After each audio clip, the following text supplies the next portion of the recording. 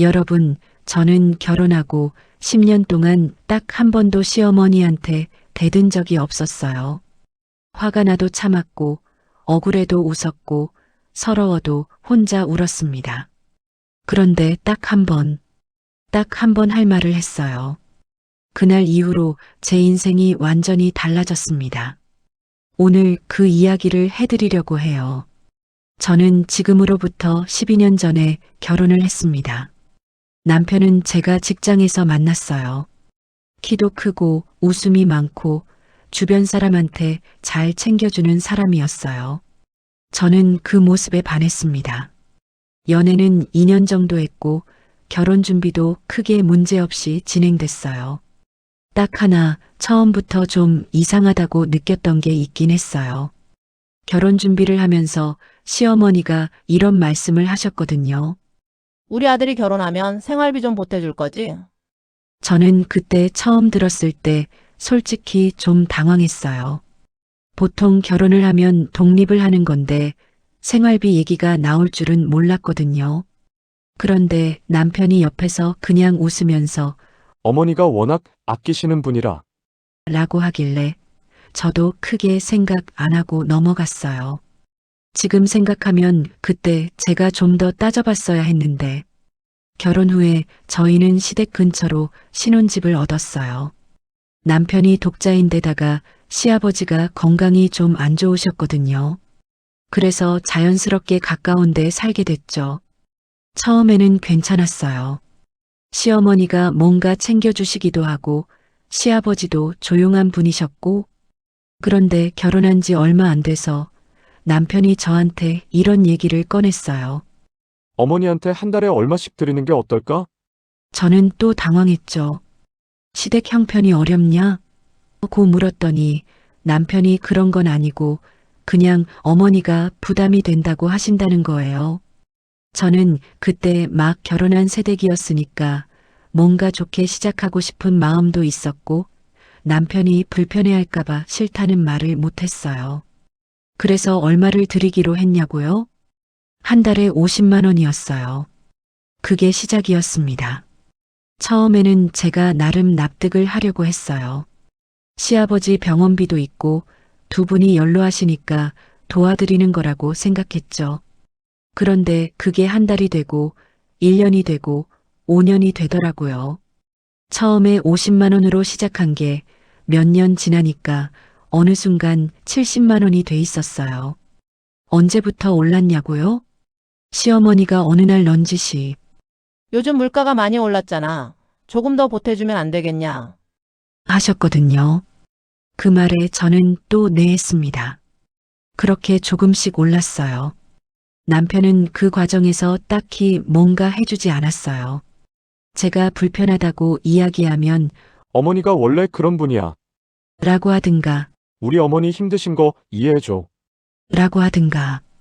저는 그 말을 들을 때마다 마음속으로 그래. 나도 이해한다. 근데 나는 이해 안 해줘도 되나? 라는 생각이 들었지만 말은 못했어요. 그 사이에 저는 어떻게 살았냐고요? 저는 저대로 열심히 일했어요. 결혼 전부터 다니던 회사를 계속 다녔고 거기서 작은 팀의 팀장까지 됐어요. 새벽에 일어나서 출근 준비하고 저녁 늦게 퇴근해서 집에 오면 또 집안일하고 주말에는 시댁에 가서 청소도 돕고 장도 같이 봐드리고 그렇게 살았어요.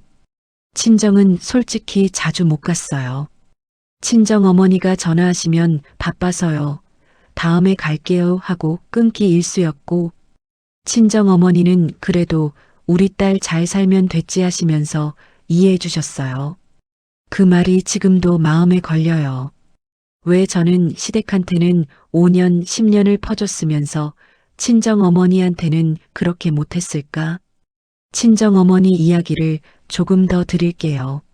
저희 어머니는 제가 어릴 때 아버지가 사업 실패를 하시면서 정말 많이 힘드셨어요. 어머니 혼자서 파트타임 일을 두세 개씩 하시면서 저랑 여동생을 키우셨거든요.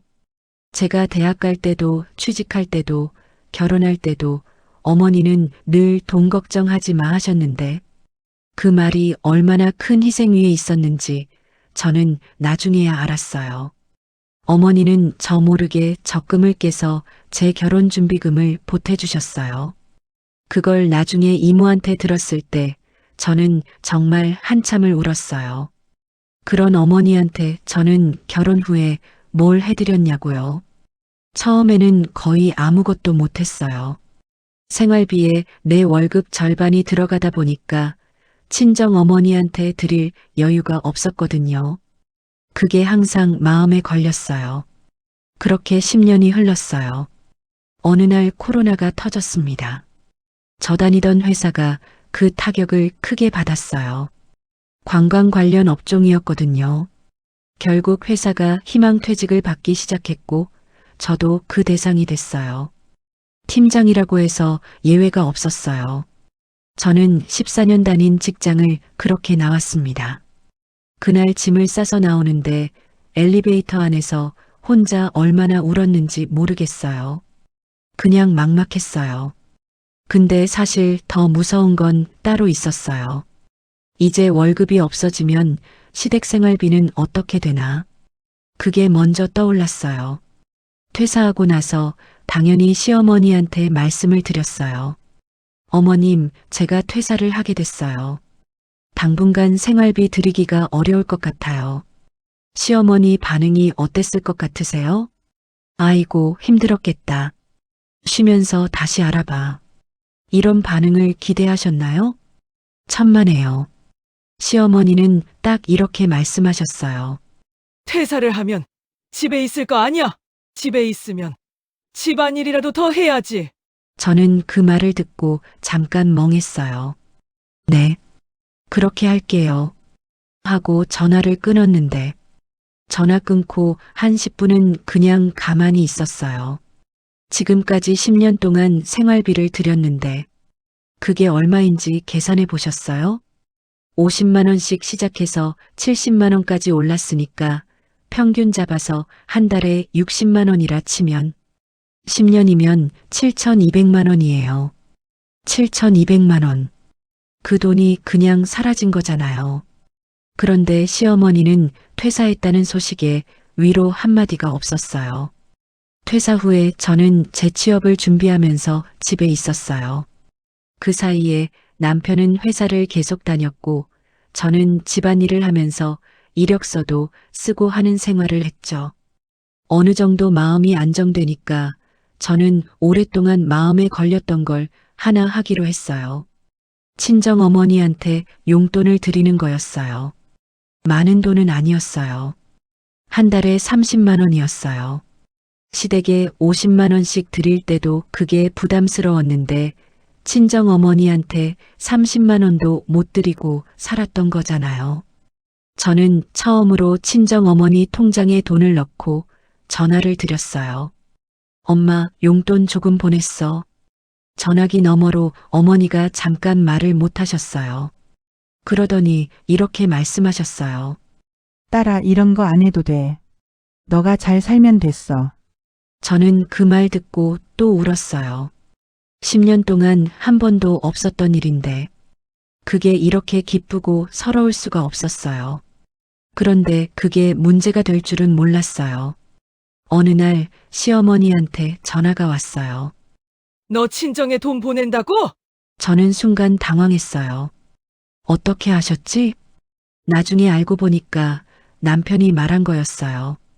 남편이 제가 친정 어머니 통장에 돈 넣는 걸 봤고 그걸 시어머니한테 얘기한 거예요. 남편이 왜 그걸 말했냐고요? 저도 그게 너무 이해가 안 됐어요. 나중에 남편한테 물어봤더니 그냥 대화하다가 나온 거야. 라고 했어요. 그냥 대화하다가 10년 동안 시댁 생활비 드린 건 한 번도 친정에서 모른 척 했는데 시어머니는 그 전화에서 이런 말씀을 하셨어요. 네가 지금 직장도 없는데 친정에 돈을 보내는 게 말이 되냐? 저는 그 말을 처음 들었을 때 솔직히 너무 황당해서 뭐라고 해야 할지 몰랐어요. 퇴사했는데도 용돈은 드려야 한다고 하시면서 친정에는 돈을 쓰면 안 된다고 하시는 거잖아요. 제 입장에서 정리하면 이래요. 저한테는 돈을 가져오라는 분이 제 친정 어머니한테는 돈을 쓰지 말라는 거예요. 저는 그 전화를 받으면서 손이 떨렸어요. 화가 나서가 아니라 너무 어이없어서 손이 떨렸어요. 어머니 생각해보고 다시 연락드릴게요. 그 말만 하고 끊었어요. 그날 밤에 남편이 퇴근해서 들어왔어요. 저는 이미 마음속으로 많은 생각을 했어요. 오늘은 말을 해야겠다고 남편한테 물었어요. 오늘 어머니한테 전화 받았어. 당신이 말한 거야? 남편이 잠깐 멈추더니 그렇다고 했어요. 왜 말했어? 그냥 어머니가 물어보셔서. 저는 숨을 한번 크게 들이쉬었어요. 나 10년 동안 시댁에 생활비 들였잖아. 한 번도 친정에서 뭐라고 한 적 있어? 남편이 조용히 있었어요. 근데 내가 직장도 없는 상황에서 친정 어머니한테 30만 원 드리는 게 왜 문제야? 남편이 이렇게 대답했어요. 어머니 입장에서는 서운할 수도 있잖아. 서운하다. 저는 그 단어가 너무 낯설었어요. 10년 동안 저는 서운하다는 말을 한 번도 한 적이 없었는데 시어머니는 서운하다는 거예요. 그 다음 날 시어머니가 직접 우리 집에 오셨어요. 예고도 없이. 저는 그 시간에 집에 있었고 시어머니가 들어오시자마자 거실에 앉으셨어요. 그리고 이런 말을 꺼내셨어요. 나는 며느리가 친정 식구를 시댁보다 먼저 챙기는 건 이해를 못하겠다. 저는 그 말을 듣고 잠깐 눈을 감았어요. 그리고 다시 눈을 뜨고 시어머니를 봤어요. 어머님, 저 여쭤봐도 돼요? 시어머니가 뭘 하셨어요? 저는 말했어요. 지금까지 제가 얼마 드렸는지 아세요? 시어머니가 표정이 살짝 굳으셨어요. 10년 동안 한 달에 최소 50만 원이에요. 총 7천만 원이 넘어요. 그 돈이 어디서 왔겠어요? 제 월급에서 나온 거잖아요. 시어머니가 그건 내가 뭐라고 한 적 없잖아 하셨어요. 저는 계속했어요. 저 친정 어머니한테 드린 돈 얼마인지 아세요? 30만 원이에요. 딱 한 번요. 저 10년 동안 시댁 생활비 드리느라 친정 어머니한테 제대로 용돈도 못 드렸어요. 근데 그 30만 원이 문제가 된다고요? 시어머니가 목소리를 높이셨어요. 너 지금 나한테 따지는 거야. 저는 사실 그 순간 심장이 엄청 두근거렸어요.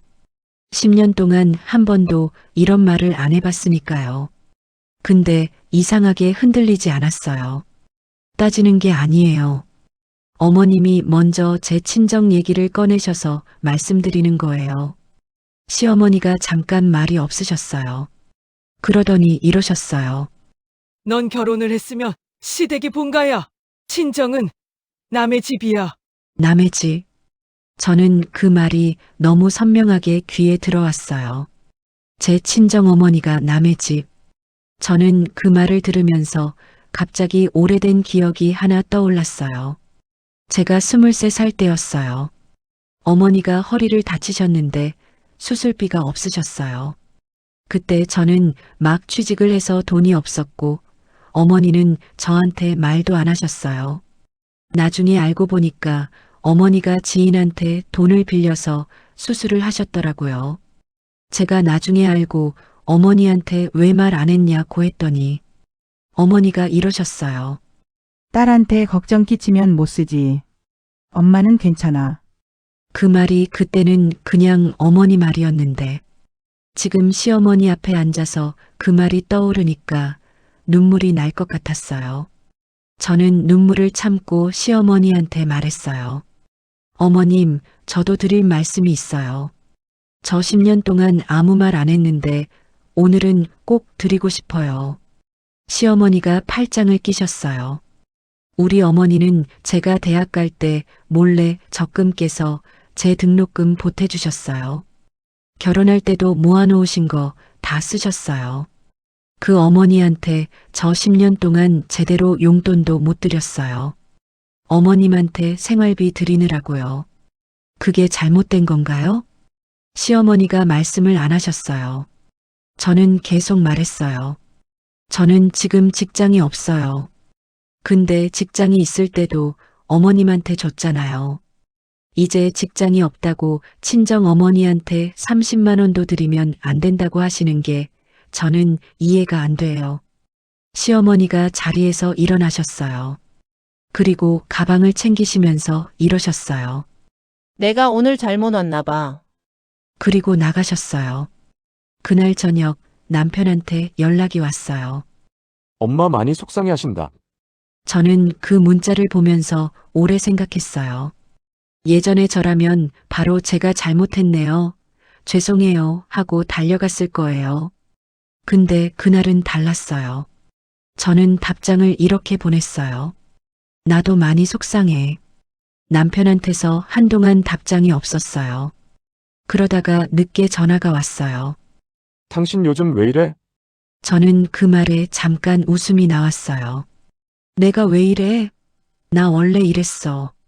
그냥 말을 안 했을 뿐이야. 그날 이후로 시어머니는 저한테 직접 연락을 안 하셨어요. 남편한테만 연락을 하셨고 남편이 중간에서 이런저런 말을 전했어요. 엄마가 사과받고 싶다고 하셔. 저는 물었어요. 뭘 사과받고 싶다고? 당신이 따졌다고. 저는 잠깐 아무 말도 못했어요. 나는 따진 게 아니고 말씀드린 거야. 근데 어머님은 그게 따지는 거라고 느끼신 거야. 저는 남편한테 이렇게 말했어요. 내가 10년 동안 한 번도 말 안 한 게 그냥 할 말이 없어서가 아니었어. 참은 거야. 근데 계속 참으면 나는 어떻게 되는 거야? 남편이 조용했어요. 그 이후로 저는 많은 생각을 했어요. 왜 나는 그렇게 살았을까? 왜 나는 시댁 앞에서는 아무 말도 못하고 친정 어머니한테는 바빠요 한마디만 했을까? 착한 며느리가 되려고 했던 건지, 아니면 그냥 갈등이 무서웠던 건지.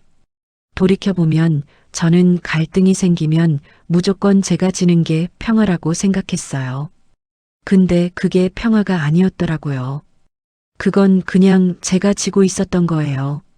10년 동안 재취업 준비를 하면서 저는 친정 어머니와 더 자주 통화하게 됐어요. 예전에는 바빠서 못했던 게 이제는 시간이 생기니까. 어느 날 어머니랑 전화하다가 제가 울었어요. 엄마, 나 결혼하고 지금까지 엄마한테 잘 못해드린 것 같아서 미안해. 어머니가 잠깐 침묵하더니 이러셨어요. 딸아, 넌 잘 살고 있어. 그걸로 됐어. 저는 그 말이 너무 고마우면서도 너무 슬펐어요. 어머니는 아무것도 안 바라시는데 저는 왜 그걸 10년 동안 몰랐을까? 시어머니와의 관계는 한동안 냉랭했어요. 남편도 중간에서 힘들었을 거예요. 저도 알아요. 근데 저는 더 이상 아무것도 하지 않는 쪽이 옳다고 생각했어요. 사과를 할 일을 하지 않았으니까. 그리고 솔직히 이제는 제가 먼저 가서 죄송해요 하는 게 옳지 않다는 걸 알게 됐어요. 그게 또 10년을 더 만들 수 있다는 걸. 한 달쯤 지났을 때 남편이 저한테 진지하게 이야기를 꺼냈어요. 나 당신한테 잘못한 거 있어. 저는 그 말을 듣고 놀랐어요. 처음으로 남편이 그런 질문을 했거든요. 있어.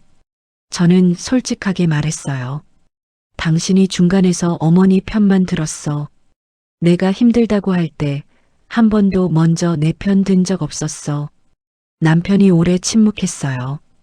그러더니 이랬어요. 미안해. 그 두 글자가 참 이상했어요. 10년 만에 처음 듣는 것 같았거든요. 남편이 그 이후로 조금씩 달라졌어요. 어머니 이야기를 꺼낼 때 예전처럼 무조건 어머니 입장도 이해가 아니라 가끔은 저 편도 드는 말을 하게 됐어요. 그게 작은 것 같아도 저한테는 많이 달랐어요.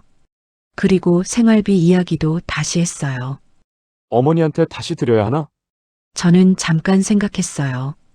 상황이 되면 드릴 수 있어. 근데 그건 우리 둘이 합의해서 결정해야 해. 어머니가 요구한다고 드리는 게 아니라 남편이 고개를 끄덕였어요. 그게 처음이었어요. 우리 둘이 시댁 문제를 같이 이야기한 게 저는 그 즈음 새 직장도 잡게 됐어요. 이전 직장보다 작은 규모였지만 분위기는 훨씬 좋았어요. 집에서도 가깝고 야근도 적었어요.